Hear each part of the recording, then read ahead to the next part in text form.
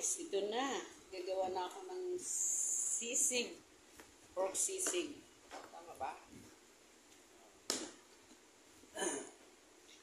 Kailangan na mag-chop. Hindi ba masampulay yung sisig mo? Oo naman. Paano ba gagawin? Pwede. Paano ba Ang ginagawa ko, nilalaga muna, pagkatapos nilagyan ng asin, paminta. Pagkatapos, pag lumambot na, kailangan haungin na. Pagkatapos, iihaw.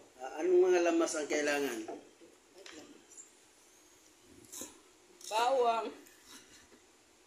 Ay, pakita siguro eh. Bawang at saka luya, sibuyas. Kilawin ba? Kilawin. Sisig po ang ginagawa ko, hindi po kilawin. So, Kailangan lagyan ng kalamansi, suka pwede at saka Pwede tuyo. na i-try. Pwede nang i-try.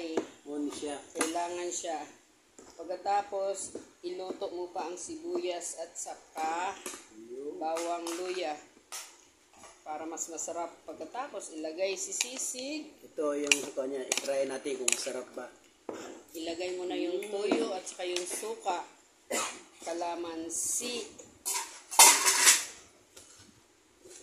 Pagkatapos, timplahan mo na. Ito na yung sisig. Masarap po ito, masarap. Sisig Pilipino. Ito yung ito yung masarap kakainin. Almusal or tanghali.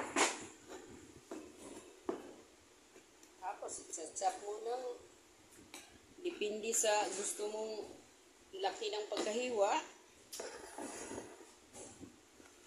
Pero okay yung yung medyo maliit lang ang pagkahiwa kay para isang subuan lang. Hindi ka mabubulunan.